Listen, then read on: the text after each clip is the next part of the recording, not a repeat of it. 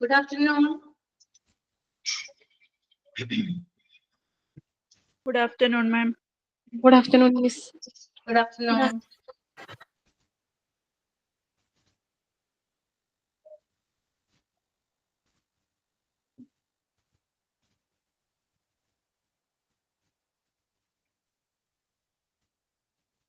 Comparison with the paper-based record. Just ഒന്ന് read ചെയ്യാം കേട്ടോ. ഞാൻ വായിക്കുന്നില്ല, നിങ്ങളൊന്ന് read ചെയ്യാം. ഞാൻ അതിന്റെ explanation പറഞ്ഞു തരാം. വാരി വലിച്ച് പഠിക്കേണ്ട ആവശ്യമൊന്നുമില്ല. അത്യാവശ്യം വേണ്ട 2-3 പോയിന്റുകൾ മാത്രമേ ഉള്ളൂ. അതിനാണ് ഇവർ ഇങ്ങനെ കൊടുത്തിരിക്കുന്നത് കേട്ടോ. അപ്പൊ ജസ്റ്റ് ഒന്ന് വായിക്കാം. ഒരു 3 മിനിറ്റ് എടുത്തിട്ട് ഒന്ന് read ചെയ്യാം. ഒന്ന് കമ്പയർ ചെയ്യാം read ചെയ്തതിന് ശേഷം.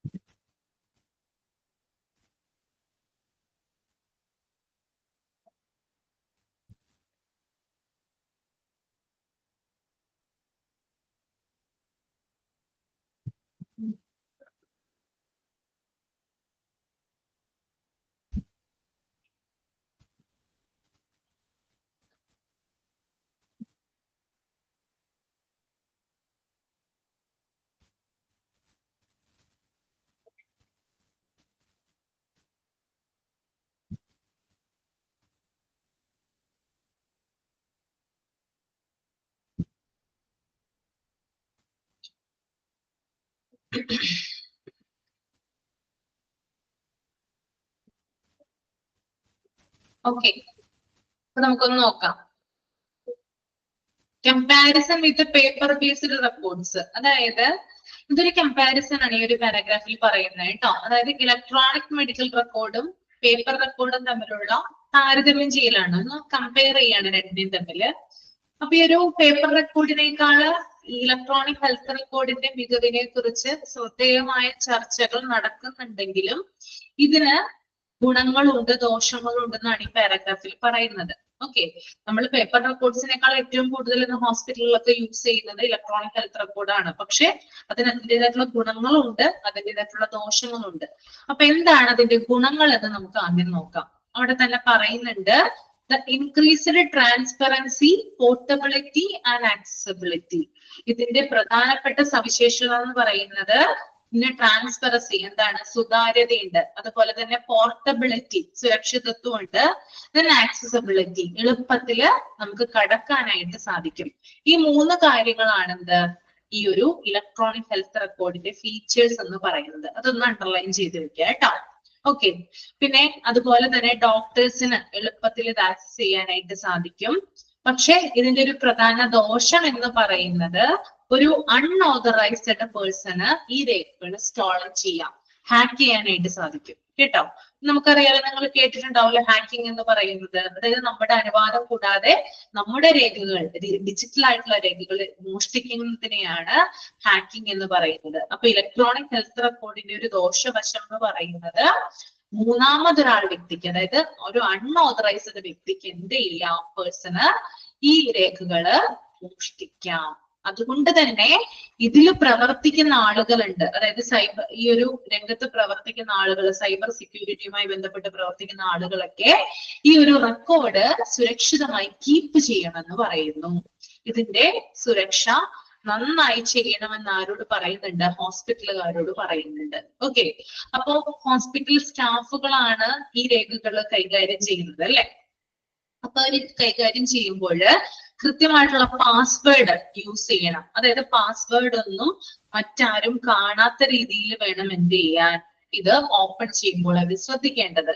മാത്രമല്ല ഇതിന്റെ മറ്റൊരു പ്രധാന വശം എന്ന് പറയുന്നത്, ഈ ഒരു സ്റ്റാഫുകള് ഇലക്ട്രോണിക് ഹെൽത്ത് റെക്കോർഡ് കൈകാര്യം ചെയ്യുമ്പോൾ ലോഗിൻ ചെയ്യുമല്ലോ.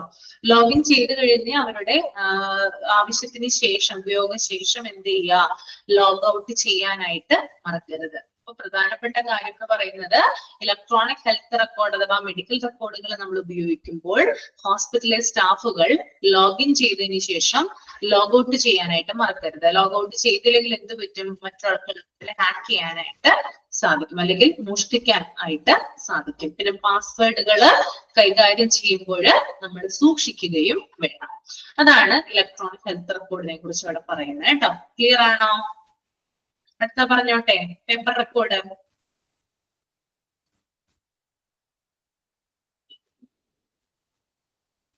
പേപ്പർ റെക്കോർഡിന്റെ പ്രധാനപ്പെട്ട ഒരു സവിശേഷത എന്ന് പറയുന്നത്, അതിന്റെ ഒരു ബാഡ് എഫക്റ്റ് നമുക്ക് വേണമെങ്കിൽ പറയാം, പുവർലി റീഡബിൾ ആണ്. അതായത് നമുക്ക് മര്യാദയ്ക്ക് വായിക്കാൻ പറ്റില്ല, വായിച്ച് മനസ്സിലാക്കാനായിട്ട് കുറച്ച് ബുദ്ധിമുട്ടാണ്. നമുക്ക് തന്നെ ഡോക്ടേഴ്സിന്റെ പ്രിസ്ക്രിപ്ഷൻ നമുക്ക് വായിക്കാനായിട്ട് സാധിക്കില്ല അല്ലെ. ഒരു ഫാർമസിസ്റ്റിനെ കൊണ്ടുചെന്ന് കാണിച്ചാലാണ് അവർക്കത് മനസ്സിലാവുക, നമുക്ക് അറിയാൻ പറ്റില്ല. അപ്പോ അത് എന്താണ്, പുവർലി റീഡബിൾ ആണ്. അതാണ് അതിന്റെ ആദ്യത്തെ ക്യാരക്ടറിസ്റ്റിക്സ് എന്ന് പറയുന്നത്. അതുപോലെ തന്നെ ധാരാളം മെഡിക്കൽ എററുകൾ ഇതിനകത്ത് ഉണ്ടാവും, മെഡിക്കൽ പിശകുകൾ ധാരാളമായിട്ട് ഇതിനകത്ത് ഉണ്ടാവും. അതായത് റോങ് ഡോസേജ്, അതുപോലെ റോങ് മെഡിസിൻ, അങ്ങനെയുള്ള കാര്യങ്ങൾ. അതായത് ഡോക്ടർ ചിലപ്പോൾ തെറ്റായ മരുന്നുകൾ എഴുതാം, തെറ്റായിട്ടുള്ള ഡോസേജ് എഴുതാം. അപ്പൊ ഇതൊക്കെ എന്താണ്, ഇതിന്റെ പോരായ്മകളായിട്ട് നമുക്ക് കണക്ക് കൂട്ടാനായിട്ട് സാധിക്കും.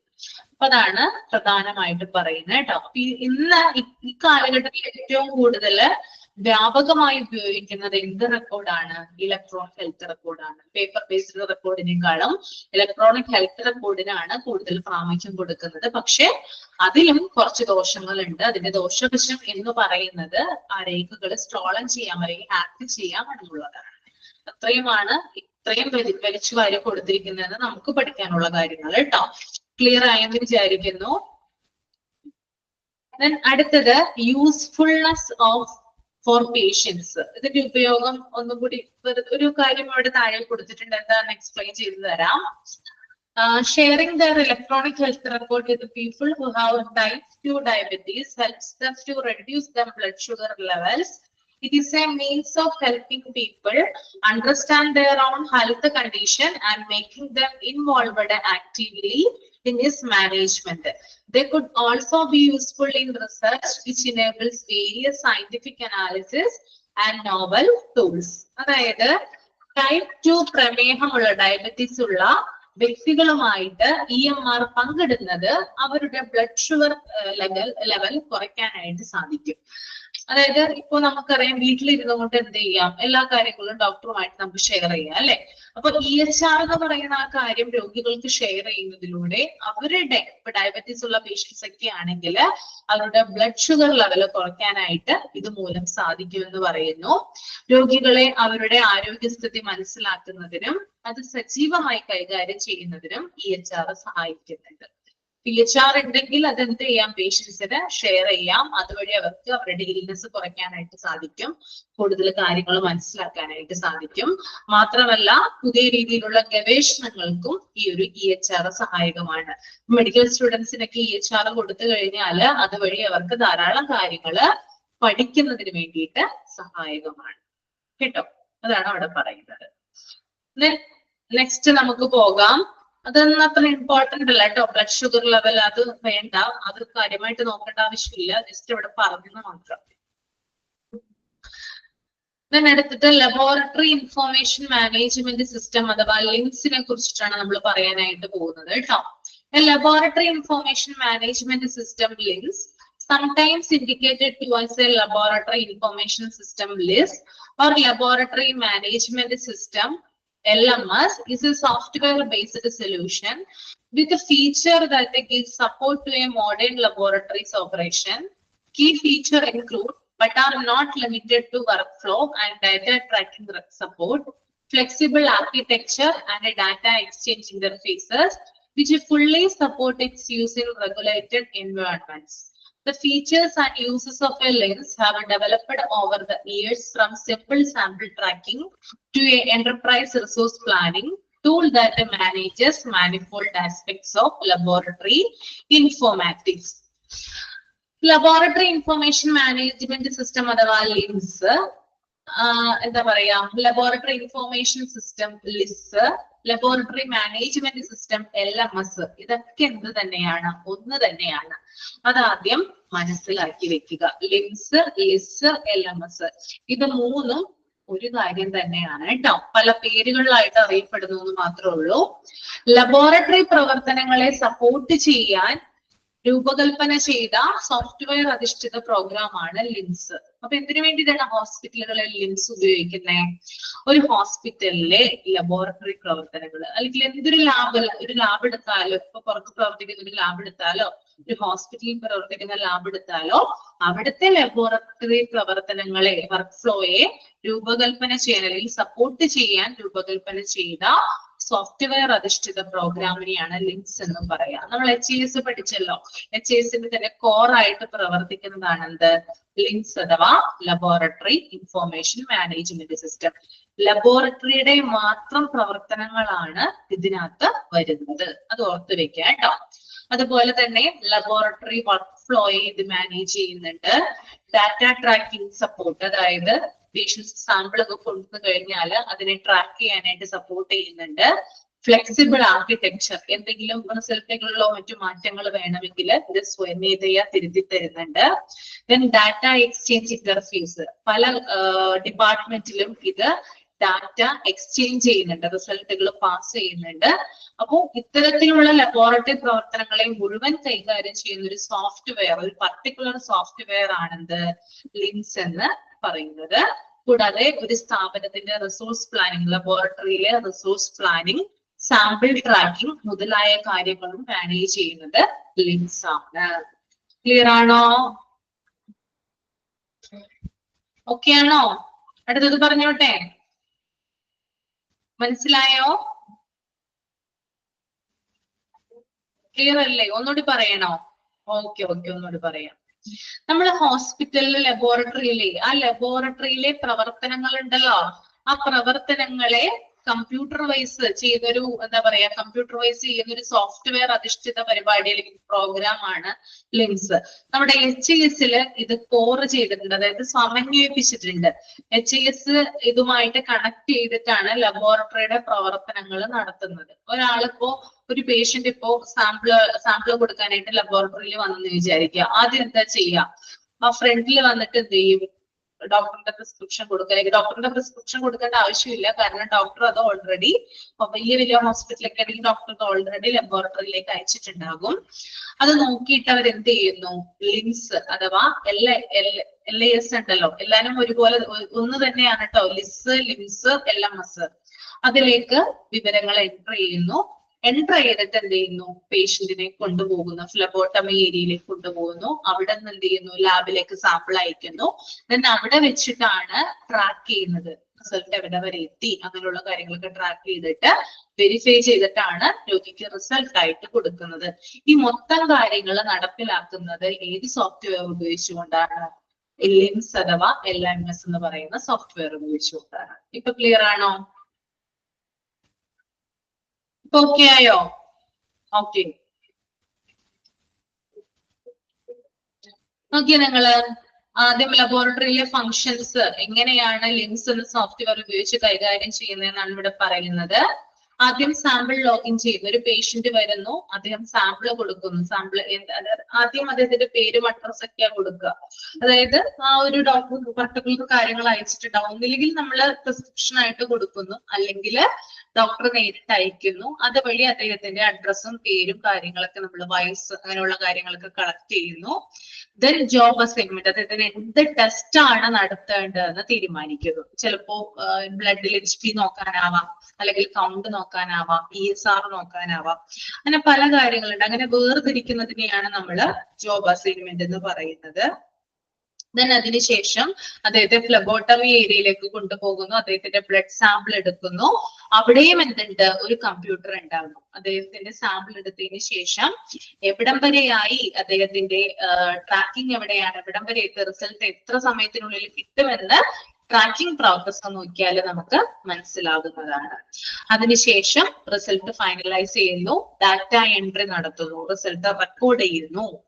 Then data validation, result verify ചെയ്യുന്നു. അതായത് ആൾക്ക് കൊടുക്കുന്നതിന് മുമ്പ് അല്ലെങ്കിൽ ഡോക്ടർക്ക് കൊടുക്കുന്നതിന് മുമ്പായിട്ട് റിസൾട്ട് ഒന്നുകൂടി ചെക്ക് ചെയ്യുന്നതിനെയാണ് ഡാറ്റ വാലിഡേഷൻ എന്ന് പറയുന്നത്. ദെൻ റിപ്പോർട്ടിംഗ് റിസൾട്ട് പുറത്തേക്ക് കൊടുക്കുന്നു, രോഗികൾക്ക് കൊടുക്കുന്നു, അല്ലെങ്കിൽ ഡോക്ടർക്ക് കൊടുക്കുന്നു. അപ്പൊ ഇത്രയും അധികം പ്രോസസ് ആണ് ഈ ഒരു സോഫ്റ്റ്വെയറിലൂടെ നടക്കുന്നത് കേട്ടോ. ഒരു ലബോറട്ടറിയിലെ കംപ്ലീറ്റ് പ്രവർത്തനങ്ങൾ എവിടം വരെ എത്തിയെന്ന് ഈ ഒരു സോഫ്റ്റ്വെയർ ആണ് തീരുമാനിക്കുന്നത്, അല്ലെങ്കിൽ അതിലൂടെ നോക്കിയാലാണ് നമുക്ക് കാണാനായിട്ട് സാധിക്കുന്നത്. ഓക്കെ, അപ്പൊ ആദ്യം സാമ്പിൾ ലോഗിൻ ചെയ്യുന്നു, പിന്നെ സാമ്പിൾ അസൈൻ ചെയ്യുന്നു, then tracking progress, data entry, data validation, reporting result. Clear ആണോ?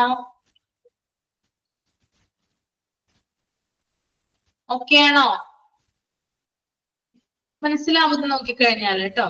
നമുക്കറിയാം, നിങ്ങൾ തന്നെ ഇപ്പൊ ബ്ലഡ് കൊടുക്കാനൊക്കെ പോയിട്ടുണ്ടാവും. അപ്പൊ അവരെങ്ങനെയാണ് ചെയ്യുന്നത്, ഫസ്റ്റ് നിങ്ങളുടെ പേരും കാര്യങ്ങളൊക്കെ അവിടെ ലോഗിൻ ചെയ്യും അല്ല, ഈ LIS ലോഗിൻ ചെയ്യുക. അതിനുശേഷമാണ് നിങ്ങൾക്ക് റിസൾട്ട് രൂപത്തിൽ ഇത്ര കാര്യങ്ങൾ ചെയ്തതിന് ശേഷമാണ് നിങ്ങൾക്ക് റിസൾട്ട് ആയിട്ട് പ്രിന്റ് ഔട്ട് ആയിട്ട് അവർ തരിക. അത് നിങ്ങൾ ഓർത്തിരിക്കുക. Okay,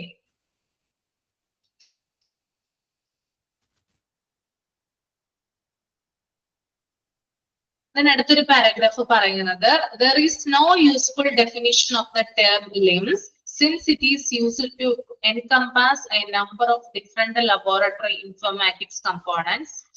The spread and the depth of these components is greatly dependent on the limbs implementation itself. All limbs have a workflow component and some summary data management facilities, but beyond that there are notable differences in functionality. Limbs എന്നത് സാർവത്രികമായി അംഗീകരിക്കപ്പെട്ട ഒരു നിർവചനമല്ല. പല ലബോറട്ടറികളിലും അതിന്റെ പ്രവർത്തനം എന്ന് പറയുന്നത് വ്യത്യസ്തമാണ്. അതായത് ലിംസ് എന്ന് പറയുന്ന ആ ഒരു ഇത് എല്ലാ ലബോറട്ടറികളിലും ഉപയോഗിക്കുന്നില്ലെന്നാ പറയുന്നത്. നമുക്ക് അറിയാനായിട്ട് സാധിക്കും, നമ്മള് റൂറൽ ഏരിയയിലെ ലബോറട്ടറികളിൽ ചെന്ന് കഴിഞ്ഞാൽ അവിടെ ചിലപ്പോൾ ഈ ഒരു സംവിധാനം ഉണ്ടാവണമെന്നില്ല. അവരെന്ത് ചെയ്യാണ്, കമ്പ്യൂട്ടർ ഉപയോഗിച്ചിട്ട് ആ റിസൾട്ട് മാത്രമായിരിക്കും നമുക്ക് പ്രിന്റ് മാത്രമായിട്ട് എടുത്തു തരിക. ചില ലബോറട്ടറി റിസൾട്ട് നമ്മൾ നോക്കിയാൽ അവർക്ക് അറിയാൻ സാധിക്കും, ചിലതില് നമ്മുടെ റിസൾട്ട് മാത്രം ഉണ്ടാവുള്ളൂ. ഇപ്പൊ ബ്ലഡ് ടെസ്റ്റ് കൗണ്ട് നോക്കിയാൽ കൗണ്ട് മാത്രം ഉണ്ടാവുള്ളൂ, നോർമൽ റേഞ്ച് അഥവാ റെഫറൻസ് റേഞ്ച് അവിടെ കൊടുത്തിട്ടുണ്ടാവില്ല. അപ്പൊ ഇങ്ങനെയുള്ള കാര്യങ്ങൾ കാണുന്ന ടെസ്റ്റ് റിസൾട്ടുകളിൽ ശരിക്കും പറഞ്ഞാൽ ലിംസ് എന്ന് പറയുന്ന ഒരു സോഫ്റ്റ്വെയർ ഉപയോഗിച്ചുകൊണ്ടാണ് അത് അവർ ചെയ്യുന്നത്. അപ്പോ ഈ ഒരു ലിംസ് എന്ന് പറയുന്ന ആ ഒരു വാക്ക് നമുക്ക് എല്ലായിടത്തും ഉപയോഗിക്കണം എന്നില്ല. പല ലബോറട്ടറികളും അത് വ്യത്യസ്തമാണ്. ലബോറട്ടറി നിങ്ങൾ പഠിച്ചിട്ടില്ലേ? എല്ലാ ലബോറട്ടറികളിലും ഒരുപോലെയുള്ള സേവനമാണോ കൊടുക്കുന്നത്? ആണോ? ഒന്ന് കമന്റ് ചെയ്തേ. എല്ലാ ലബോറട്ടറികളിലും അല്ലല്ലേ, വ്യത്യാസമുണ്ട്. അപ്പൊ അതിനനുസരിച്ചിട്ട് മാത്രമേ നമുക്ക് അതിന്റെ ആ പേരിന്റെ വ്യാപ്തി നമുക്ക് അളക്കാനായിട്ട് സാധിക്കൂ എന്നാണ് അവിടെ പറഞ്ഞു വരുന്നത് കേട്ടോ. അതായത് ഡയറക്റ്റ് ആയിട്ട് പറയുന്നതിന് പകരം ഇൻഡയറക്റ്റ് ആയിട്ട് വളച്ചൊടിച്ചിട്ടാണ് ഇവിടെ പറഞ്ഞേക്കുന്നത്. അപ്പൊ പെട്ടെന്ന് വായിക്കുമ്പോൾ ആളുകൾക്ക് മനസ്സിലാവണം എന്നില്ല. ഓക്കെ, അപ്പൊ അതാണ്, അത്രേ ഉള്ളൂ അവിടെ.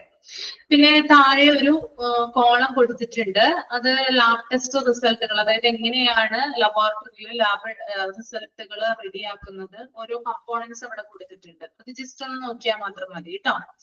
പിന്നെ അടുത്തതിലോട്ട് നമുക്ക് പോവാം. Radiological information system. ലബോറട്ടറി ഞാൻ പറഞ്ഞത് എന്താണ് നിങ്ങളോട്, എന്തിന്റെ പ്രവർത്തനങ്ങളെയാണ് ലബോറട്ടറി ഇൻഫോർമേഷൻ സിസ്റ്റം സഹായിക്കുന്നത്? കമന്റ് ചെയ്തേ ഒന്ന്. ഇതിന്റെ പ്രവർത്തനങ്ങളെയാണ്? ലാബിന്റെ പ്രവർത്തനങ്ങളെ അല്ലേ? അപ്പൊ റേഡിയോളജിക്കൽ ഇൻഫോർമേഷൻ സിസ്റ്റത്തിന്റെ പ്രവർത്തനങ്ങളെയാ സഹായിക്കുന്നതെന്ന് പറയാവോ? റേഡിയോളജിക്കൽ ഇൻഫോർമേഷൻ സിസ്റ്റം എന്തിന്റെ പ്രവർത്തനങ്ങളെയായിരിക്കും സഹായിക്കുക? റേഡിയോളജി ഡിപ്പാർട്ട്മെന്റിന്റെ പ്രവർത്തനങ്ങളെ. MRI, എക്സ്റേ അങ്ങനെ സെപ്പറേറ്റ് ഇല്ല. MRI, എക്സ്റേ, CT ഒക്കെ ഇവിടെ തന്നെ എടുക്കുന്നത് റേഡിയോളജി ഡിപ്പാർട്ട്മെന്റിലാണ് അല്ലെ? അപ്പൊ നമുക്കൊന്ന് നോക്കാം എന്താണ് പറഞ്ഞിരിക്കുന്നത്. A radiological information system, RIS, is the core system for the electronic management of imaging departments. The major functions of the RIS can consist of patient scheduling, resource management, examination performance, tracking, reporting, result distribution, and procedure billing. RIS complements HIS, Hospital Information System, and PACS, Picture Archiving and Communication System, and is crucial to efficient workflow to radiology practices. Radiological information system എന്ന് പറഞ്ഞാൽ RIS എന്നാണ് അതിന്റെ short form വരിക. ഇതൊരു core system ആണ്. HISന്റെ തന്നെ ഒരു core ആയിട്ടാണ്. HIS എന്ന് പറഞ്ഞാൽ എന്താണ്? Hospital information system. അതിന്റെ കോർ ആയിട്ടാണ് RIS പ്രവർത്തിക്കുന്നത്. ഇതിന്റെ പ്രധാനപ്പെട്ട ഫംഗ്ഷൻ എന്ന് പറയുന്നത് റേഡിയോളജിയില് പേഷ്യന്റിനെ ഷെഡ്യൂൾ ചെയ്യുക, അതുപോലെ തന്നെ ആവശ്യത്തിന് റിസോഴ്സസുകൾ അതിന്റെ മാനേജ്മെന്റ് നടത്തുക, എക്സാമിനേഷൻ പെർഫോമൻസ് ട്രാക്കിംഗ് നടത്തുക, പരിശോധനകളൊക്കെ ട്രാക്ക് ചെയ്യുക, അതുപോലെ റിസൾട്ടുകൾ ഡിസ്ട്രിബ്യൂട്ട് ചെയ്യുക, പിന്നെ ബില്ലിംഗ് മുതലായിട്ടുള്ള പ്രൊസീജിയേഴ്സ് നടത്തുക എന്നുള്ളതാണ് ഈ ഒരു സോഫ്റ്റ്വെയർ കൊണ്ട് ഉദ്ദേശിക്കുന്നത്. അതുപോലെ തന്നെ RIS ഒറ്റയ്ക്കല്ല ഈ പ്രവർത്തനങ്ങൾ ചെയ്യുന്നത്. RIS HISുമായി ചേരും. HIS എന്ന് പറഞ്ഞാൽ ഹോസ്പിറ്റൽ ഇൻഫോർമേഷൻ സിസ്റ്റവുമായി ചേരുന്നു. Then PACS, picture archiving and communication system, അതുമായി ചേർന്നിട്ടാണ് റേഡിയോളജി പ്രവർത്തനങ്ങളെ ഏകോപിപ്പിക്കുന്നത്. അപ്പൊ RISന് ഒരിക്കലും ഒറ്റയ്ക്ക് ഇത് ചെയ്യാൻ പറ്റില്ല. മറിച്ച് ഹോസ്പിറ്റൽ ഇൻഫോർമേഷൻ സിസ്റ്റവും PACSും കൂടി ഉണ്ടെങ്കിൽ മാത്രമേ, അവയെ തമ്മിൽ ഇന്റഗ്രേറ്റ് ചെയ്തിട്ടാണ് ഈ പ്രവർത്തനങ്ങൾ നടത്തുന്നത്, റേഡിയോളജിയിലെ പ്രവർത്തനങ്ങൾ മുന്നോട്ട് പോകുന്നത്. ക്ലിയർ ആണോ?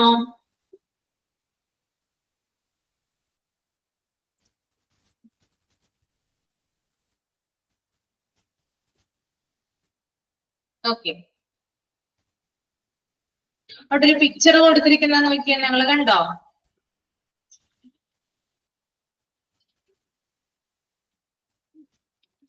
ഒരു പിക്ചർ കൊടുത്തിട്ടുണ്ട്. റേഡിയോളജി പ്രവർത്തനങ്ങളെയാണ് അവർ പറയുന്നത്. അപ്പൊ നമുക്ക് നോക്കാം എങ്ങനെയാണ് റേഡിയോളജി ഡിപ്പാർട്ട്മെന്റിന്റെ പ്രവർത്തനങ്ങൾ RIS കൈകാര്യം ചെയ്യുന്നത് എങ്ങനെയാണെന്ന് നോക്കാം. ഫസ്റ്റ് വൺ, റേഡിയോളജി സേവനങ്ങൾക്കായി HIS-ൽ നിന്ന് പ്രോസസ് ആരംഭിക്കുന്നു. അപ്പൊ ഞാൻ പറഞ്ഞ ഇന്റഗ്രേറ്റ് ചെയ്തിട്ടാണ് പാക്സും HIS-ഉം RIS-ഉം കൂടി ഒരുമിച്ചാണ് റേഡിയോളജി പ്രവർത്തനങ്ങൾ മുന്നോട്ട് കൊണ്ടുപോകുന്നത്. അപ്പൊ ആദ്യം എന്താ ചെയ്യാ, റേഡിയോളജി സേവനങ്ങൾക്കായി HIS-ൽ നിന്ന് പ്രോസസ് ആരംഭിക്കുന്നു. HIS-ൽ നിന്നാണ് ആദ്യം പ്രോസസ് ആരംഭിക്കുന്നത്. ദെൻ HIS RIS-ലേക്ക് ഓർഡറുകൾ അയക്കുന്നു, അതായത് ഡീറ്റെയിൽസ് അയക്കുന്നു. ഇപ്പൊ MRI ചെയ്യാനും CT ചെയ്യാനൊക്കെ പേഷ്യൻസ് ധാരാളം ഉണ്ടാവില്ലേ, അവരുടെ വിവരങ്ങൾ എന്ത് ചെയ്യുന്നു, റേഡിയോളജി ഇൻഫോർമേഷൻ സിസ്റ്റത്തിലേക്ക് പാസ് ചെയ്യുന്നു. ദെൻ മൂന്നാമത്തത്, അവിടെ കുറെ കാര്യങ്ങൾ കൊടുത്തിട്ടുണ്ട്. MRI-യുടെ പിക്ചർ കൊടുത്തിട്ടുണ്ട്, CT-യുടെ ഒക്കെ കൊടുത്തിട്ടുണ്ട്, ഇമേജിംഗ് രീതികളൊക്കെ അവിടെ കൊടുത്തിട്ടുണ്ട്. CT, MRI, X-ray ഉപയോഗിച്ച് ഇമേജിംഗ് പ്രോസസ് നടത്തുന്നു. സ്റ്റോറേജ് ആക്സസിനായി ചിത്രങ്ങൾ ടാക്സിലേക്ക് അയക്കുന്നു. അപ്പൊ ഇവിടെ രോഗിയുടെ കംപ്ലീറ്റ് ഇമേജിംഗ് രീതികളാണ് ഇവിടെ ചെയ്യുന്നത്. ചിലപ്പോൾ രോഗിക്ക് X-ray എടുക്കാനുണ്ടാവും, അല്ലെങ്കിൽ CT എടുക്കാനുണ്ടാവും, MRI എടുക്കാനുണ്ടാവും. അത് കഴിഞ്ഞതിന് ശേഷം ആ പിക്ചറുകൾ എങ്ങോട്ട് അയക്കുന്നു, ടാക്സിലേക്ക് അയക്കുന്നു. നിങ്ങൾക്ക് അവിടെ നോക്കിയാൽ കാണാം, വാട്ടർ ടാങ്ക് പോലത്തെ ഒരു സാധനം കാണാൻ പറ്റും. അതിനെയാണ് പാക്സ് എന്ന് പറയുന്നത്. രോഗികളുടെ ചിത്രങ്ങൾ എടുത്തതിന് ശേഷം ഇത് പാക്സിലേക്ക് അയക്കുന്നു. പാക്സ് ആണ് എന്ത് ചെയ്യുന്നത്, ഇത് സ്റ്റോർ ചെയ്ത് വെക്കുന്നത്. രോഗികളുടെ കംപ്ലീറ്റ് വിവരങ്ങൾ, അതായത് ആ ഇമേജിംഗ് കാര്യങ്ങളൊക്കെ സ്റ്റോർ ചെയ്ത് പാക്സിൽ വെക്കുന്നു. ദെൻ കൂടുതൽ വിശകലനത്തിന് വേണ്ടിയിട്ട് ഒന്ന് വെരിഫൈ ചെയ്യുന്നു, അതിനകത്തേക്ക് കറക്ഷൻ ഉണ്ടോ, അതൊക്കെ പാക്സ് ആണ് ചെക്ക് ചെയ്യുന്നത്. ദെൻ പാക്സിലേക്ക് അയച്ച വിവരങ്ങള് റേഡിയോളജിസ്റ്റുകള് റിപ്പോർട്ടിംഗ് വർക്ക് സ്റ്റേഷൻ വഴി ചിത്രങ്ങള് ആക്സസ് ചെയ്യുന്നു. അതിനുശേഷം എന്താ ചെയ്യുന്നേ, റിപ്പോർട്ടിംഗ് വർക്ക് സ്റ്റേഷൻ വഴി റേഡിയോളജിസ്റ്റുകൾ ഉണ്ടല്ലോ, അവരെന്ത് ചെയ്യുന്നു, ചിത്രങ്ങൾ ആക്സസ് ചെയ്യുന്നു, ഡാറ്റ ഒന്നുകൂടി വാലുവേറ്റ് ചെയ്യുന്നു. ദെൻ റേഡിയോളജിക്കൽ റിപ്പോർട്ടുകൾ ഫൈനലി ക്രിയേറ്റ് ചെയ്യുന്നു. അപ്പോ ഈ റിപ്പോർട്ടുകൾ എന്ത് ചെയ്യും, റെഡി ആയി കഴിഞ്ഞാൽ തിരിച്ച് വീണ്ടും എന്ത് ചെയ്യും, RIS-ലേക്കാണ് അയക്കുന്നത്. അപ്പോ ഒന്നും കൂടി പറയാം, ആദ്യം ഹോസ്പിറ്റൽ ഇൻഫോർമേഷൻ സിസ്റ്റത്തിൽ നിന്ന് RIS-ലേക്ക് ഓർഡർ വരുന്നു. ദെൻ RIS-ൽ നിന്ന് എങ്ങോട്ട് പോകുന്നു, CT, MRI, X-ray ഉപയോഗിച്ച് ഇമേജിംഗ് പ്രോസസ് നടത്തുന്നു. ദെൻ സ്റ്റോറേജ് ആക്സസിനായി ചിത്രങ്ങൾ പാക്സിലേക്ക് അയക്കുന്നു. പാക്സ് ഇത് സ്റ്റോർ ചെയ്യുന്നു, കൂടുതൽ വിശകലനത്തിനായിട്ട് ആക്സസ് ചെയ്യുന്നു. ദെൻ റിപ്പോർട്ടിംഗ് വർക്ക് സ്റ്റേഷൻ വഴി റേഡിയോളജിസ്റ്റുകൾ ഈ ചിത്രങ്ങൾ ആക്സസ് ചെയ്യുകയും എന്താ പറയാ റിപ്പോർട്ടുകൾ, പുതിയ റേഡിയോളജിക്കൽ റിപ്പോർട്ടുകൾ ക്രിയേറ്റ് ചെയ്യുകയും ചെയ്യുന്നു. ദെൻ അതിനുശേഷം വീണ്ടും റേഡിയോളജി ഇൻഫോർമേഷൻ സിസ്റ്റത്തിലേക്ക് ഇത് അയക്കുന്നു. ദെൻ അവിടെ നിന്ന് റിസൾട്ട് രൂപത്തിൽ പേഷ്യന്റിന്റെ കയ്യിൽ കിട്ടുന്നു. ക്ലിയർ ആണോ, മനസ്സിലായോ?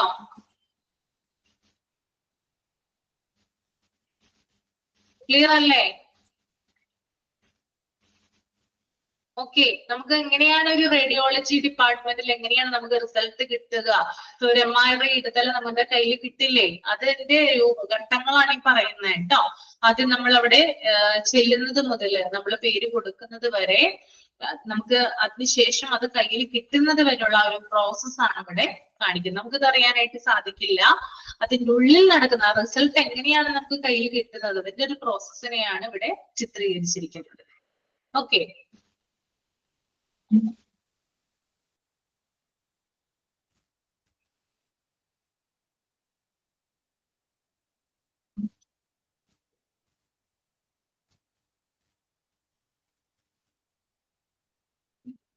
അടുത്തത് ബേസിക് ഫീച്ചേഴ്സ് ആണ് കേട്ടോ. ബേസിക് ഫീച്ചേഴ്സ് നമുക്ക് റേഡിയോളജിക്കൽ ഇൻഫോർമേഷൻ സിസ്റ്റത്തിന്റെ കുറച്ച് ഫീച്ചർ കൊടുത്തിട്ടുണ്ട്. ഫസ്റ്റ് വേണ്ടെന്ന് പറയുന്നത് പേഷ്യന്റ് രജിസ്ട്രേഷൻ ആൻഡ് ഷെഡ്യൂളിംഗ് ആണ്. പേഷ്യന്റിന്റെ നെയിം കാര്യങ്ങളൊക്കെ രജിസ്റ്റർ ചെയ്യുന്നു, അത് ഷെഡ്യൂൾ ചെയ്യുന്നു. അതുപോലെ തന്നെ പേഷ്യന്റ് ലിസ്റ്റ് മാനേജ്മെന്റ്, പേഷ്യന്റിന്റെ മൊത്തം വിവരങ്ങൾ ഓർഗനൈസ് ചെയ്യുന്നു, മെയിൻറ്റെയിൻ ചെയ്യുന്നു. അപ്പോയിന്റ്മെന്റുകൾക്ക് ക്രമീകരിക്കുന്നത് RIS ആണ്. മൂന്നാമത്തത് modality interface using work list. Modality interface എന്ന് പറഞ്ഞാൽ എന്താണെന്ന് പറഞ്ഞുതരാം. പേഷ്യൻസിനെ കുറിച്ചിട്ടുള്ള വിവരങ്ങള്, പ്രൊസീജിയേഴ്സിനെ കുറിച്ചുള്ള വിവരങ്ങള് ഹോസ്പിറ്റൽ ഇൻഫോർമേഷൻ സിസ്റ്റത്തിൽ നിന്നോ RIS-ൽ നിന്നോ ആക്സസ് ചെയ്യാൻ ഉപയോഗിക്കുന്ന സെൻട്രലൈസ്ഡ് ഡാറ്റാബേസ് ആണ് എന്ത്, മൊഡാലിറ്റി ഇന്റർഫേസ് എന്ന് പറയുന്നത്. ഒന്നുകൂടി പറഞ്ഞുതരാം കേട്ടോ. പേഷ്യൻസിനെ കുറിച്ചിട്ടുള്ള വിവരങ്ങള്, പ്രൊസീജിയേഴ്സിനെ കുറിച്ചിട്ടുള്ള വിവരങ്ങള് ഹോസ്പിറ്റൽ ഇൻഫർമേഷൻ സിസ്റ്റത്തിൽ നിന്നോ RIS-ൽ നിന്നോ ആക്സസ് ചെയ്യാൻ ഉപയോഗിക്കുന്ന സെൻട്രലൈസ്ഡ് ഡാറ്റാബേസിനെയാണ് മൊഡാലിറ്റി ഇന്റർഫേസ് എന്ന് പറയുന്നത്. അപ്പൊ ഈ മൊഡാലിറ്റി ഇന്റർഫേസ് ഉപയോഗിച്ചുകൊണ്ട് തയ്യാറാക്കുന്ന വർക്ക് ലിസ്റ്റുകൾ ഉണ്ട്, അത് കൈകാര്യം ചെയ്യുന്നത് RIS ആണ്. ഓക്കെ, നാലാമത്തെ point, work flow management within A department of radiology. ഒരു റേഡിയോളജി ഡിപ്പാർട്ട്മെന്റിലെ വർക്ക് ഫ്ലോ എങ്ങനെയാണ്, അതിന്റെ മാനേജ്മെന്റ് കൈകാര്യം ചെയ്യുന്നത് ആരാണ്? RIS ആണ്. Then request and document scanning. Request and document scanning എന്ന് പറയുന്നത് ടെസ്റ്റ് റിക്വസ്റ്റുകൾ ഓർഗനൈസ് ചെയ്യുകയും കൺട്രോൾ ചെയ്യുകയും ചെയ്യുന്നു. അതായത് ആ ഒരു ഡിപ്പാർട്ട്മെന്റിലേക്ക് വരുന്ന ടെസ്റ്റ് റിക്വസ്റ്റുകൾ ഉണ്ടല്ലോ, അത് ഓർഗനൈസ് ചെയ്യുന്നു, ദെൻ അത് കൺട്രോൾ ചെയ്യുന്നു. ദെൻ റിസൾട്ട് എൻട്രി ചെയ്യുന്നു, റിസൾട്ടുകൾ എൻട്രി ചെയ്യുന്നു. Then digital reporting, usually using voice recognition, VR. അതായത് നമ്മള് കോൺവെർസേഷൻ, നമ്മൾ കുറെ കാര്യങ്ങൾ പറഞ്ഞു കൊടുക്കുമ്പോൾ അതിനെ ടെക്സ്റ്റ് ആക്കി മാറ്റുന്ന ഒരു ടെക്നോളജിയാണ് എന്ത്, VR എന്ന് പറയുന്നത്. അപ്പൊ ഡിജിറ്റൽ റിപ്പോർട്ടിംഗ് RIS നടത്തുന്നുണ്ട്. നമ്മള് ഗൂഗിളൊക്കെ ഉപയോഗിച്ചിട്ട് ചെയ്യില്ലേ, അതായത് നമ്മളിങ്ങനെ ഓരോ കാര്യങ്ങൾ പറഞ്ഞു കൊടുത്താൽ മതി, ടെക്സ്റ്റ് ആയിട്ട് അവര് നമുക്ക് ഔട്ട്പുട്ട് തരും. Okay, printable like patient letters and printed reports. Printed reports അറിയാലോ, പേഷ്യൻസിന് പ്രിന്റഡ് റിപ്പോർട്ടുകൾ കൊടുക്കുന്നു, അതുപോലെ തന്നെ പേഷ്യന്റ് ലെറ്റർ ക്രിയേറ്റ് ചെയ്യുന്നു. പേഷ്യന്റ് ലെറ്റർ എന്ന് പറഞ്ഞാല് പേഷ്യന്റെ പേര്, അതുപോലെ ഏജ്, ഡോക്ടറിന്റെ പേര്, സാമ്പിൾ എടുത്ത ഡേറ്റ്, അങ്ങനെയുള്ള എല്ലാത്തരം ഡീറ്റെയിൽസ് ക്രിയേറ്റ് ചെയ്യുന്ന ഒരു റിപ്പോർട്ടാണ് എന്ത്, പേഷ്യന്റ് ലെറ്റേഴ്സ് എന്ന് പറയുന്നത്. അപ്പൊ അത് ക്രിയേറ്റ് ചെയ്യുന്നതും RIS ആണ്. Then result transmission via integration or emailing of clinical റിപ്പോർട്ടുകൾ. ഓക്കെ, അതായത് ക്ലിനിക്കൽ റിപ്പോർട്ടുകൾ ഇമെയിൽ വഴി അയക്കുന്നതും ആരാണ്? RIS ആണ്. ഓക്കെ, പേഷ്യൻസിന് പല കാര്യങ്ങളും ഇമെയിൽ വഴി അയച്ചു കൊടുക്കാനുണ്ടെങ്കിൽ RIS ആണ് അത് ചെയ്യുന്നത്. റേഡിയോളജി ഡിപ്പാർട്ട്മെന്റിലെ സേവനങ്ങളാണ് കേട്ടോ ഞാൻ പറയുന്നത്. ദെൻ പേഷ്യന്റ് ട്രാക്കിംഗ്, പേഷ്യന്റ് ടെസ്റ്റുകൾ എവിടം വരെ എത്തിയെന്ന് അറിയാനായിട്ട് സഹായിക്കുന്നു. Then interactive document. Interactive document എന്ന് പറഞ്ഞാല് പേഷ്യൻസിന് ആവശ്യമായിട്ടുള്ള, അതായത് ഇപ്പൊ ഒരു സ്റ്റുഡന്റിന് ഒരു റിസർച്ച് ചെയ്യാനായിട്ട് ഒരു ഡാറ്റ ആവശ്യമാണെങ്കിൽ അത് തയ്യാറാക്കാനായിട്ട് RIS ശ്രമിക്കുന്നുണ്ട്. റേഡിയോളജിയുമായി ബന്ധപ്പെട്ടിട്ടുള്ള എല്ലാ ഡോക്യുമെന്റ്സും ക്രിയേറ്റ് ചെയ്യുന്നത് RIS ആണ്. Then creation of technical files. അതായത് ആ റേഡിയോളജി ഡിപ്പാർട്ട്മെന്റുമായി ബന്ധപ്പെട്ട് പല പല ടെക്നിക്കൽ ഫയലുകൾ ഉണ്ടാകും, അത് ക്രിയേറ്റ് ചെയ്യുന്നതും RIS ആണ്. Okay, then modality and material management. Modality and material management എന്ന് പറയുന്നത് X-ray, MRI, CT ചെയ്യുന്ന ചില രീതികളുണ്ട്. ആ രീതികൾ എങ്ങനെയാണെന്ന് വ്യാഖ്യാനിക്കുകയും അതിനുവേണ്ടി ഉപയോഗിക്കുന്ന മിഷനറീസ് എന്തൊക്കെയാണെന്ന് ചൂണ്ടിക്കാണിക്കുകയും ചെയ്യുന്ന ഒരു പ്രത്യേകതരം രീതിയാണ് എന്ത്, മൊഡാലിറ്റി ആൻഡ് മെറ്റീരിയൽ മാനേജ്മെന്റ് എന്ന് പറയുന്നത്. അതായത് RIS-ന് അറിയാൻ പറ്റും ഏത് ഇമേജിംഗ് രീതി ഉപയോഗിച്ചിട്ടാണ് പേഷ്യന്റിനെ ടെസ്റ്റ് ചെയ്യാൻ സാധിക്കാം, ഇന്ന മിഷനറിയാണ് ഉപയോഗിക്കുന്നതെന്ന് RIS-ന് അറിയാനായിട്ട് സാധിക്കും. അപ്പൊ അത് വ്യക്തമായിട്ട് ചൂണ്ടിക്കാണിച്ചു കൊടുക്കുന്നതാണ് എന്ത്, മൊഡാലിറ്റി ആൻഡ് മെറ്റീരിയൽ മാനേജ്മെന്റ് എന്നതുകൊണ്ട് ഉദ്ദേശിക്കുന്നത്. Last one, consent management. അതായത് പേഷ്യന്റ് വിവരങ്ങൾ സുരക്ഷിതമായി സൂക്ഷിക്കുന്നു. മൂന്നാമതൊരാള് ഓതറൈസ് ചെയ്യാത്ത രീതിയിൽ സുരക്ഷിതമായി സൂക്ഷിക്കുന്നതും RIS ആണ്. ക്ലിയർ ആണോ? എന്തെങ്കിലും ഡൗട്ട് ഉണ്ടോ ഇതിനകത്ത് ഇപ്പൊ പറഞ്ഞതില്?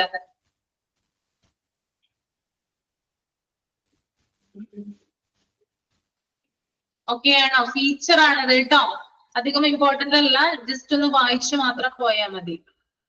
ഇമ്പോർട്ടന്റ് അല്ല, നമുക്ക് ഇത്രയധികം കാര്യങ്ങൾ പറയാം. അത് ഇമ്പോർട്ടന്റ് പറയാനായിട്ട് വോയിസ് റെക്കഗ്നീഷൻ ഉണ്ടല്ലോ, VR, അത് മാത്രം ഒന്ന് പോയിന്റ് ചെയ്ത് പോയാൽ മതി കേട്ടോ. മൊഡാലിറ്റി ഇന്റർഫേസ് എന്ന് പറഞ്ഞാല് ഞാൻ പറഞ്ഞു, പേഷ്യൻസിനെ കുറിച്ചുള്ള വിവരങ്ങള്, അതുപോലെ പ്രൊസീജിയേഴ്സിനെ കുറിച്ചുള്ള വിവരങ്ങള് ഹോസ്പിറ്റൽ ഇൻഫർമേഷൻ സിസ്റ്റത്തിൽ നിന്നോ RIS-ൽ നിന്നോ ആക്സസ് ചെയ്യാൻ ഉപയോഗിക്കുന്ന ഒരു സെൻട്രലൈസ്ഡ് ഡാറ്റാബേസിനെയാണ് മൊഡാലിറ്റി ഇന്റർഫേസ് എന്ന് പറയുന്നത്. ഈ മൊഡാലിറ്റി ഇന്റർഫേസ് വഴിയാണ് നമ്മൾ പല കാര്യങ്ങളും കടത്തിവിടുന്നത്. RIS-ലോട്ടും അതുപോലെ HIS-ലോട്ടും പല കാര്യങ്ങൾ കടത്തിവിടുന്നത് ഇന്റർഫേസ് വഴിയാണ്. ഇന്റർഫേസ് ഉണ്ടെങ്കിൽ HL7 എന്ന് പറയുന്നത് ഒരു ഇന്റർഫേസ് ആണ്.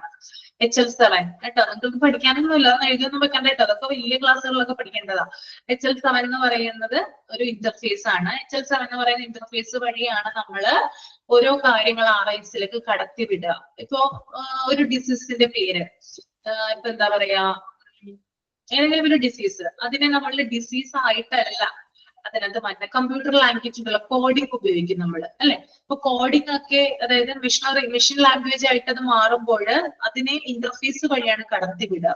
അപ്പോ ഇങ്ങനെയുള്ള കാര്യങ്ങൾ RIS ചെയ്യുന്നുണ്ട്. നമ്മളിപ്പോ ഒരു ലാബ് ടെസ്റ്റുകൾക്ക്, ഒരു ബ്ലഡ് ടെസ്റ്റിന് കൊടുത്തു, HP നോക്കാനായിട്ട് കൊടുത്തു, അല്ലെങ്കിൽ കൗണ്ട് നോക്കാനായിട്ട് കൊടുക്കുമ്പോൾ അങ്ങനെ ആയിട്ടല്ല അതിനകത്ത് വരിക. അതിനകത്ത് വരുന്നത് പല കോഡുകളായിട്ടാണ് ഉപയോഗിക്കുന്നത്. അപ്പോൾ ഇത്തരത്തിലുള്ള കാര്യങ്ങളെ ഇന്റർഫേസിലൂടെയാണ് കടത്തിവിട്ടിട്ട് കമ്പ്യൂട്ടർ ലാംഗ്വേജ് ആക്കി മാറ്റുന്നത്. അപ്പൊ അതൊക്കെ വലിയ കാര്യങ്ങളാണ്, നമ്മൾ പഠിക്കേണ്ട ആവശ്യമില്ല കേട്ടോ. ഓക്കെ, ക്ലിയർ ആയോ? ഓക്കെ ആണോ? അടുത്തത് പറഞ്ഞോട്ടെ. Okay,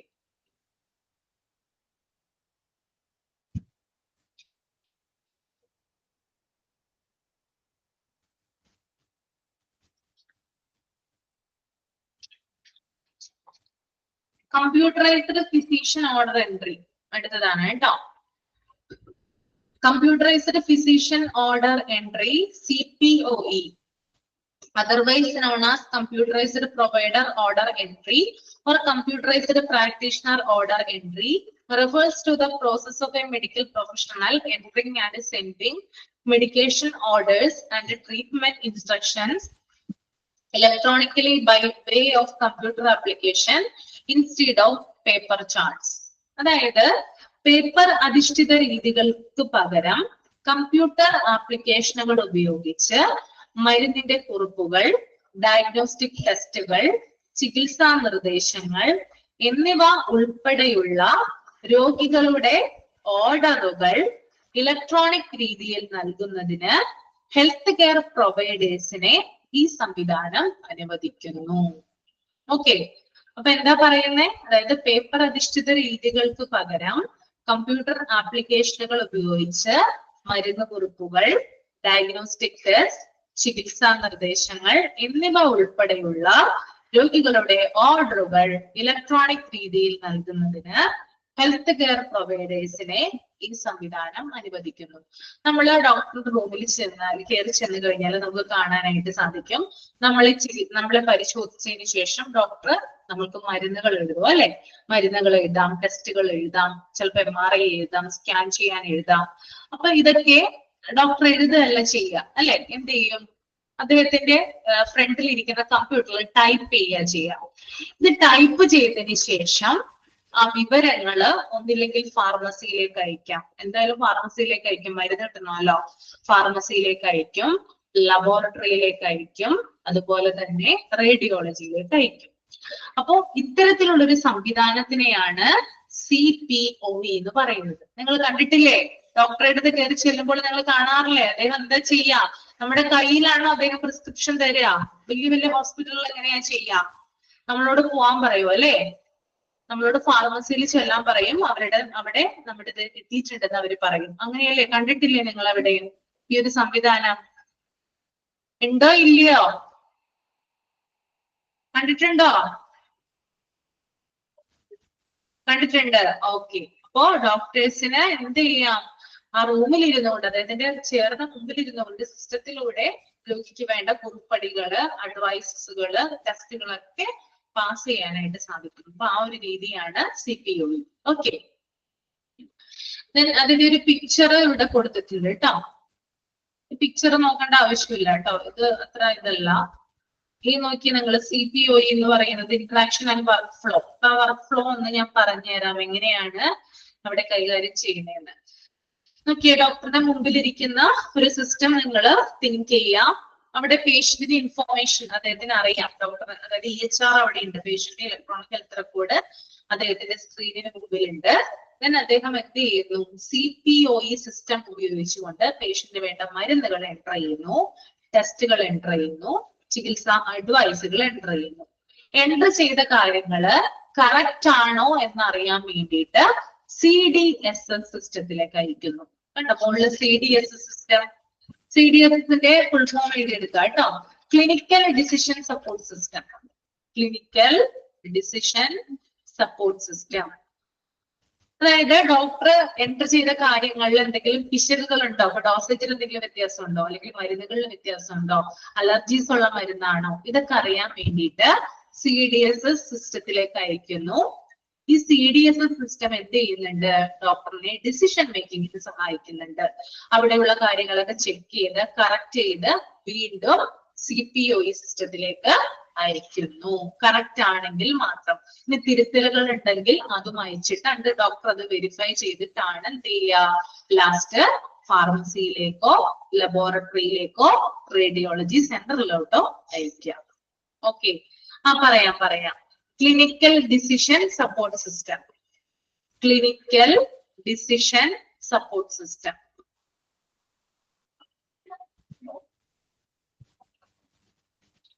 clinical decision support system, CDSS. Okay, അപ്പൊ ക്ലിയർ ആയെന്ന് വിചാരിക്കുന്നു കേട്ടോ. മനസ്സിലായല്ലോ? ആദ്യം എന്ത് ചെയ്യും, CPOE സിസ്റ്റം വഴി ഡോക്ടർ കാര്യങ്ങളൊക്കെ എൻ്റർ ചെയ്യും. അതിൽ കറക്ഷൻ ഉണ്ടെങ്കിൽ CDSSലേക്ക് അയക്കും. ദെൻ കറക്ഷൻ തിരുത്തി വീണ്ടും CPOയിലേക്ക് അയക്കുന്നു. ദെൻ അവിടെ നിന്നാണ് ഫാർമസിയിലേക്കും ലബോറട്ടറിയിലേക്കും റേഡിയോളജി സെന്ററിലേക്കും വിവരങ്ങൾ പോകുന്നത്. ഓക്കെ,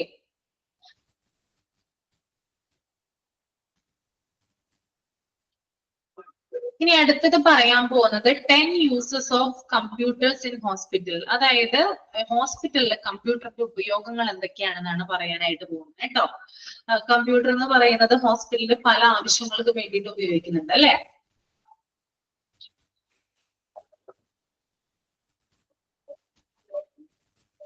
അപ്പൊ എന്താണെന്ന് നോക്കാം. ഫസ്റ്റ് തന്നെ മെയിൻറ്റെയിൻ പേഷ്യന്റ് ഇൻഫോർമേഷൻ. പേഷ്യന്റിന്റെ ഇൻഫോർമേഷൻ മെയിൻറ്റെയിൻ ചെയ്ത് കൊണ്ടുപോകുന്നത് കമ്പ്യൂട്ടർ ആണെന്നാണ് പറയുന്നത്. എങ്ങനെയാ? Patient information is kept organized, safe and readily available on a computer. In an emergency, medical staff need quick access to patient records. There are lesser risk of data loss or mismatching while using a computer.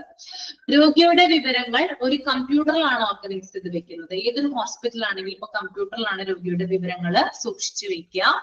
Emergency സിറ്റുവേഷൻസിൽ ഇങ്ങനെ സൂക്ഷിച്ചു വെക്കുന്നതിലൂടെ സ്റ്റാഫുകൾക്ക് എന്തെങ്കിലും ഒരു ആവശ്യം വന്നാൽ പെട്ടെന്ന് ഈ വിവരങ്ങളിലേക്ക് കടക്കാനാകണം. ആ ഒരു ഉദ്ദേശത്തോടു കൂടിയാണ് പേഷ്യന്റ് വിവരങ്ങൾ കമ്പ്യൂട്ടറിൽ സ്റ്റോർ ചെയ്ത് വെക്കുന്നത്. ഓക്കെ, കമ്പ്യൂട്ടർ ഉപയോഗിക്കുമ്പോൾ ഡാറ്റ നഷ്ടപ്പെടാനുള്ള ചാൻസ് കുറവാണ്. അതായത് നമുക്ക് പേപ്പർ റെക്കോർഡുകൾ വേണ്ട, കമ്പ്യൂട്ടർ റെക്കോർഡുകൾ ഉണ്ടല്ലോ, അപ്പോ നഷ്ടപ്പെട്ടു പോകാനുള്ള ചാൻസ് കുറവാണ്. അതുപോലെ തന്നെ മിസ്മാച്ചിങ് രീതികൾ, അതായത് പൊരുത്തക്കേടുകൾ ഉണ്ടാവാനുള്ള ചാൻസ് കുറവാണെന്നും കൂടി ഇതിനകത്ത് പറയുന്നുണ്ട്. ഓക്കെ, അതാണ് മെയിൻറ്റെയിൻ പേഷ്യന്റ് ഇൻഫോർമേഷൻ കേട്ടോ. ഇത് വായിച്ചാൽ മനസ്സിലാകും. ജസ്റ്റ് ഇമ്പോർട്ടന്റ് ആയിട്ടുള്ള പോയിന്റുകളൊന്നും അല്ല ഇതിനകത്തുള്ളത്, അറിഞ്ഞിരിക്കാൻ മാത്രം കേട്ടോ. അതിനാണ് പറയുന്നത്. ദെൻ മോണിറ്റർ പേഷ്യൻസ് ആണ് അടുത്തത് കേട്ടോ. എന്താണ് monitor patients? Hospitals now utilize computers to keep track of vital signs such as heart rate and blood pressure. Additionally, the computer monitoring system collects helpful patient data. It is possible to get back this data for future use in research or other purpose. അതായത് ഇവിടെ കണ്ടോ, ഒരു patient കിടക്കുന്നുണ്ട്. Patient vitals track ചെയ്യാൻ computer ഉപയോഗിക്കുന്നുണ്ട്. Picture കാണുന്നില്ലേ? Picture കാണുന്നുണ്ടോ? Okay, അപ്പോ patient heart rate, blood pressure തുടങ്ങിയ രോഗികളുടെ പ്രധാനപ്പെട്ട വൈറ്റൽസ് ട്രാക്ക് ചെയ്യാൻ കമ്പ്യൂട്ടർ ഉപയോഗിക്കുന്നു. അപ്പൊ കമ്പ്യൂട്ടറിന്റെ ഉപയോഗം എന്ന് പറഞ്ഞാൽ ട്രാക്കിംഗ് ആണ്. ഓക്കെ, ദെൻ അതുപോലെ തന്നെ പേഷ്യന്റിന്റെ data computering monitoring system collect ചെയ്യുന്നുണ്ട്. പേഷ്യന്റിന്റെ ഡാറ്റാസ് മൊത്തം കളക്ട് ചെയ്യുന്നു. റിസർച്ച് ആവശ്യങ്ങൾക്കും ഈ ഡാറ്റ നമുക്ക് ഉപയോഗിക്കാവുന്നതാണ്. അത് കമ്പ്യൂട്ടറിൽ സ്റ്റോർ ചെയ്ത് വെച്ചാൽ എത്ര കാലം കഴിഞ്ഞാലും നമുക്ക് വീണ്ടും എന്ത് ചെയ്യാം, അത് ഉപയോഗിക്കാനായിട്ട് സാധിക്കും. നെക്സ്റ്റ് വൺ മെഡിക്കൽ റിസർച്ച് ആണ്. To understand more about a certain ailment, clinicians may now search medical databases. The capacity of medical staff to get and apply knowledge is being improved using computers in healthcare. അതായത് ഒരു പ്രത്യേക രോഗത്തെ കുറിച്ച് ഡോക്ടേഴ്സിന് കൂടുതൽ മനസ്സിലാക്കുന്നതിന് വേണ്ടിയിട്ട് കമ്പ്യൂട്ടറാണ് use ചെയ്യുക. ഒരു രോഗം കണ്ടുപിടിച്ചു, ഇപ്പൊ നിപ്പ, കൊറോണ അങ്ങനെയുള്ള പല രോഗങ്ങളും ഉണ്ട് അല്ലെ. പല രോഗങ്ങളും നമുക്ക് വന്നു കഴിഞ്ഞതാണ്. അപ്പോ ആ രോഗത്തെ കുറിച്ച് പ്രത്യേകമായിട്ട് മനസ്സിലാക്കുന്നതിന് വേണ്ടി, അതായത് ഡെപ്തിൽ കൂടുതൽ മനസ്സിലാക്കുന്നതിന് വേണ്ടിയിട്ട് ഡോക്ടേഴ്സ് എന്താണ് യൂസ് ചെയ്യുക, കമ്പ്യൂട്ടർ ഉപയോഗിച്ചുകൊണ്ടാണ് അവർ ആഴത്തിലെ വിവരങ്ങള് കളക്ട് ചെയ്യുന്നത്. അപ്പൊ അതിനും കമ്പ്യൂട്ടർ സഹായകമാണ് മെഡിക്കൽ റിസർച്ച്. ഓക്കെ.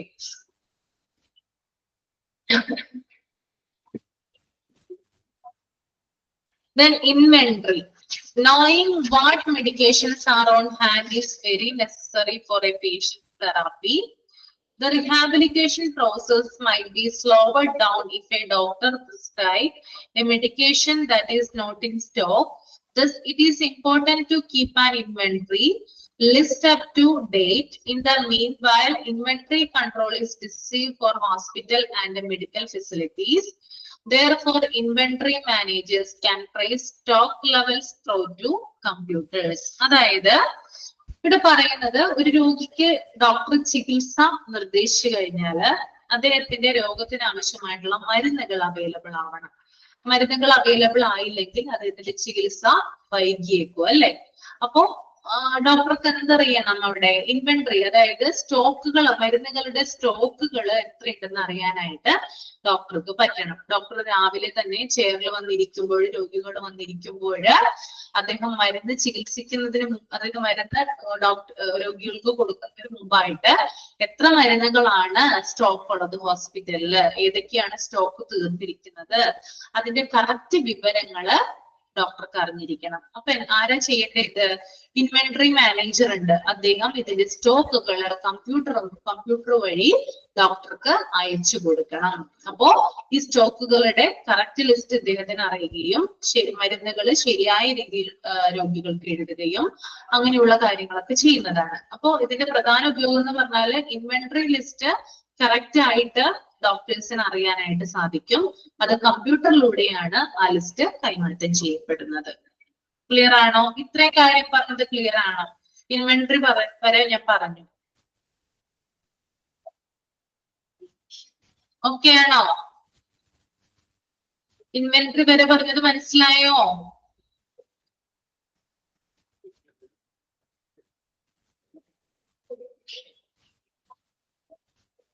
ഇതൊക്കെ യൂസസ് ആണ് കേട്ടോ, കമ്പ്യൂട്ടറിന്റെ ഉപയോഗങ്ങളാണ്.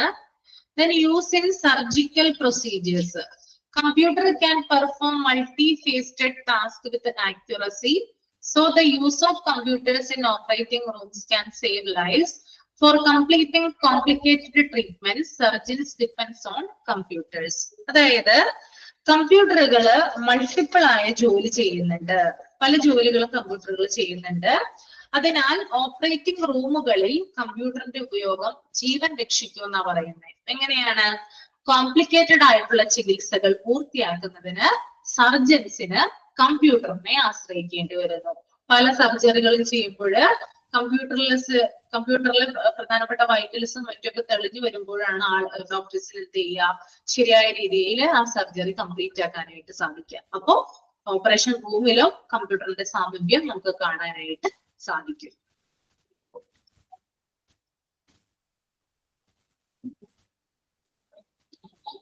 അടുത്തത് use of computer in A hospital. കമ്പ്യൂട്ടറിന്റെ യൂസ് തന്നെയാണ് പറയുന്നത്. Medical equipment and imaging. Computers are widely used to operate medical machinery that conducts crucial medical tests including ultrasonography, CT scans, MRIs, blood tests, etc. Doctors also utilize computers to display their findings and describe the illness and course of therapy. Computers may be used for 3D modeling and drawing. ഇപ്പൊ എന്താ ഇവിടെ പറയുന്നേ? അതായത് ultrasonography, അതുപോലെ CT scan, MRI, blood test മുതലായ medical പരിശോധനകൾ നടത്തുന്ന medical machinery പ്രവർത്തിപ്പിക്കാൻ കമ്പ്യൂട്ടർ ഉപയോഗിക്കുന്നു. നമ്മള് CT എടുക്കുന്നുണ്ട്, MRI എടുക്കുന്നുണ്ട്. അപ്പൊ എന്തിന്റെ സഹായത്തോടു കൂടിയാണ് ഇതൊക്കെ എടുക്കുന്നത്? കമ്പ്യൂട്ടറിന്റെ സഹായത്തോടു കൂടിയാണ് അല്ലെ. അപ്പോ ഇത്തരം ഉപകരണങ്ങൾ പ്രവർത്തിപ്പിക്കാനായിട്ട് കമ്പ്യൂട്ടറിന്റെ സഹായം ആവശ്യമാണ്. മാത്രമല്ല രോഗികളുടെ രോഗത്തിന്റെ പ്രധാന ഫൈൻഡിങ്സ് കമ്പ്യൂട്ടറിലൂടെ ഡോക്ടർ പ്രദർശിപ്പിക്കുന്നതാണ്. നമ്മളിപ്പോ എൻഡോസ്കോപ്പി ഒക്കെ എടുത്തു കഴിഞ്ഞാല് അങ്ങനെയുള്ള കാര്യങ്ങളൊക്കെ എടുത്തു കഴിയുമ്പോൾ നമുക്ക് കമ്പ്യൂട്ടറിലൂടെയാണ് എന്ത് ചെയ്യുക, ആ ചിത്രങ്ങൾ കാണാനായിട്ട് സാധിക്കുക. അതുപോലെ തന്നെ രോഗത്തിന്റെ വിവരങ്ങൾ വിവരങ്ങള് ഡോക്ടർ ഷെയർ ചെയ്യുന്നത്, രോഗിയുമായിട്ട് ഷെയർ ചെയ്യുന്നത് കമ്പ്യൂട്ടറിലൂടെ ചിത്രീകരിച്ചിട്ടാണ്. അപ്പോ ഇത്തരത്തിലുള്ള കാര്യങ്ങൾ മാത്രമല്ല 3D മോഡലിങ്ങിനും ഡ്രോയിങ്സിനും ഒക്കെ അതൊക്കെ കമ്പ്യൂട്ടറിൽ ഉപയോഗിച്ചുകൊണ്ടാണ് ഡോക്ടർ രോഗികളുടെ വിവരങ്ങള് ചിത്രീകരിക്കുന്നത്. ഓക്കെ, ഇത്തരത്തിൽ എന്ത് ചെയ്യുന്നുണ്ട്, നിങ്ങൾക്ക് ആ പടം കണ്ടാൽ അറിയാനായിട്ട് സാധിക്കും. ഡോക്ടർ കണ്ടോ വിവരിച്ചു കൊടുക്കുന്നു, കമ്പ്യൂട്ടർ ഉപയോഗിച്ചിട്ടാണ്, ബ്രെയിനിന്റെ ഒക്കെ പടം കൊടുത്തിട്ടുണ്ട് കണ്ടോ, അദ്ദേഹത്തിന്റെ പ്രധാന വൈറ്റൽസും കാര്യങ്ങളൊക്കെ കൊടുത്ത് അതൊക്കെ കമ്പ്യൂട്ടർ വഴിയാണ് ഡോക്ടർ രോഗിക്ക് പറഞ്ഞ് മനസ്സിലാക്കി കൊടുക്കുന്നത്. Okay,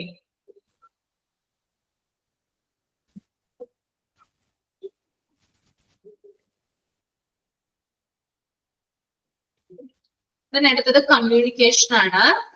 The use of computers for communication among us healthcare professional helps the staff and makes their job easier because they are sometimes quite busy. Healthcare staff can communicate in real time, that chat on a computer to share important information. It is preferable to receive text or post-it notes. അതായത് ഹോസ്പിറ്റലുകളിലെ computer എന്തിനാ ഉപയോഗിക്കുന്നത്, അതായത് വിവരങ്ങൾ അന്യോന്യം കൈമാറുന്നതിന് വേണ്ടിയിട്ട്. റിസപ്ഷനിൽ ഇരിക്കുന്ന വ്യക്തിക്ക് ഡോക്ടറുമായിട്ട് information pass ചെയ്യണമെങ്കിൽ, ഡോക്ടർക്ക് ലബോറട്ടറിയുമായിട്ട് ഇൻഫോർമേഷൻ പാസ് ചെയ്യണമെങ്കിൽ ഒക്കെ എന്ത് ചെയ്യുന്നുണ്ട്, കമ്മ്യൂണിക്കേഷൻ ആയിട്ട്, ഒരു കമ്മ്യൂണിക്കേഷൻ രീതിയായിട്ട് കമ്പ്യൂട്ടർ മാറുന്നുണ്ട്. കമ്മ്യൂണിക്കേഷന് വേണ്ടിയിട്ട് കമ്പ്യൂട്ടർ ഉപയോഗിക്കുന്നു. Then telemedicine ആണ്. The act of treating patients remotely while neither the patient nor the practitioner is present physically is considered to be telemedicine. Doctors may now connect with the patients and other medical personnel thanks to computers and cell phones during natural calamities. Telemedicine is crucial as well. അതായത് രോഗിക്ക്, ഡോക്ടർക്ക് വീട്ടിൽ നിന്നുകൊണ്ട് തന്നെ രോഗിയെ ചികിത്സിക്കാനായിട്ട് സാധിക്കും. ഇപ്പൊ രോഗി വീട്ടിലിരിക്കുകയാണ്, ഡോക്ടർ വീട്ടിലിരിക്കുകയാണ്, അല്ലെങ്കിൽ ഡോക്ടർ ഹോസ്പിറ്റലിലാണ്, രോഗി വീട്ടിലാണ് എന്ന് വിചാരിക്കുക. അപ്പൊ ഇവർക്ക് ഇപ്പൊ രോഗിയുടെ വിവരങ്ങള് ഡോക്ടറുമായിട്ട് ഷെയർ ചെയ്യുന്നതിനും ഇൽനെസ് എന്താണെന്ന് പങ്കുവെക്കുന്നതിനും ഡോക്ടർ അതിനനുസരിച്ച് അഡ്വൈസ് കൊടുക്കുന്നതിനും കമ്പ്യൂട്ടറുകൾ സഹായിക്കുന്നുണ്ട്.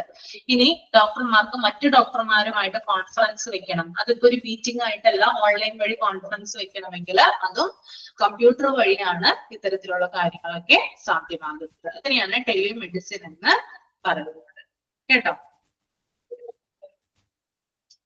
Then customer service ആണ്. Hospital now use automatic systems like artificial intelligence AI to provide regular customer service to the patients such as payments, making demands and complaints.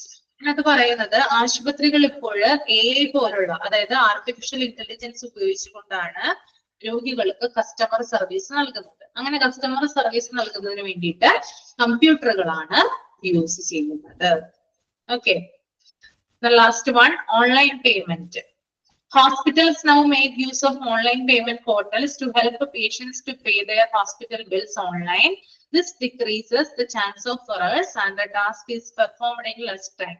കമ്പ്യൂട്ടറുകൾ ഉപയോഗിച്ചിട്ട് എന്ത് ചെയ്യണം, നമുക്ക് ഓൺലൈൻ പേയ്മെന്റ് നടത്താനായിട്ട് സാധിക്കും. ഓൺലൈൻ പോർട്ടൽ ഉപയോഗിച്ചുകൊണ്ടാണ് patients എന്ത് ചെയ്യുക, ഓൺലൈൻ പേയ്മെന്റ് നടത്തുക. ഇത് പിശകുകൾ നിയന്ത്രിക്കാൻ സഹായിക്കുന്നു. മാത്രമല്ല കുറഞ്ഞ സമയം കൊണ്ട് നമുക്ക് പേയ്മെന്റ് നടത്താനും ഇതിലൂടെ പറ്റുന്നതാണ്. ഓക്കെ, അപ്പൊ നമുക്ക് ഇത്രയും കാര്യം എടുത്താൽ മതി. ഇനി ലാസ്റ്റ് ഒരു ക്ലാസ്സോട് കൂടി നമുക്കിതൊന്ന് ഫിനിഷ് ചെയ്യാം കേട്ടോ. ഓക്കെ, അപ്പൊ ഇത്രയും കാര്യങ്ങൾ പറഞ്ഞത് കമ്പ്യൂട്ടറിന്റെ ജസ്റ്റ് ഉപയോഗം മാത്രമാണ്. കമ്പ്യൂട്ടറിന്റെ കൂടുതൽ ഉപയോഗത്തെ പറ്റി അടുത്ത ക്ലാസ്സിൽ ഞാൻ പുതിയ ചാപ്റ്ററുമായിട്ട് വരും. അപ്പൊ നമുക്ക് കൂടുതൽ രസകരമായിട്ട് അത് പഠിക്കാം കേട്ടോ. ഇതിനകത്ത് എന്തെങ്കിലും ഡൗട്ട് ഉണ്ടെങ്കിൽ ഇപ്പൊ ചോദിക്കാം കേട്ടോ. ഞാൻ മൈക്ക് ഓൺ ചെയ്യാം. ഇമ്പോർട്ടന്റ് കാര്യങ്ങൾ ഞാൻ അടുത്ത ക്ലാസ്സിൽ പറഞ്ഞുതരാം. ചാപ്റ്റർ ഫിനിഷ് ആയതിനു ശേഷം പറഞ്ഞുതരാം. ഇപ്പൊ എടുത്തത് ലബോറട്ടറി RIS ലിങ്ക്സ് ഒക്കെ ഇമ്പോർട്ടന്റ് ആണ് കേട്ടോ. അതിന്റെ ഫുൾ ഫോം, പാക്സ്, അങ്ങനെയുള്ള കാര്യങ്ങളൊക്കെ ഫുൾ ഫോം, എല്ലാത്തിന്റെയും ഫുൾ ഫോം നോക്കി വെക്കണം കേട്ടോ ഇതിനകത്ത്. പിന്നെ അതുപോലെ തന്നെ ഇലക്ട്രോണിക് ഹെൽത്ത് റെക്കോർഡിന്റെയും പേപ്പർ റെക്കോർഡിന്റെയും കമ്പാരിസൺ, അത് ഒന്ന് നോക്കി വെക്കാനുണ്ട്. പിന്നെ പ്രധാനപ്പെട്ടതൊക്കെ ഞാൻ അടുത്ത ക്ലാസ്സിൽ പറഞ്ഞുതരാം. ചാപ്റ്റർ ഫിനിഷ് ആകുമ്പോൾ പറഞ്ഞുതരാം ഏതൊക്കെയാണ് നോക്കി വെക്കേണ്ടത്. എന്തെങ്കിലും ഡൗട്ട് ഉണ്ടോ? ഡൗട്ട് ഉണ്ടെങ്കിൽ ചോദിക്കാം കേട്ടോ.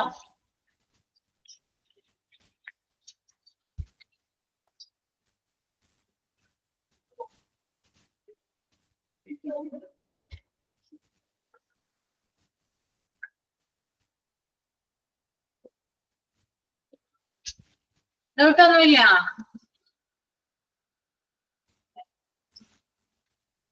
എന്നാ വൈൻഡപ്പ് ചെയ്തോട്ടെ. വൈൻഡപ്പ് ചെയ്യാലോ. Thank you. നെക്സ്റ്റ് ക്ലാസ്സിൽ ഫിനിഷ് ചെയ്യാട്ടോ ഇതാ. ഓക്കെ.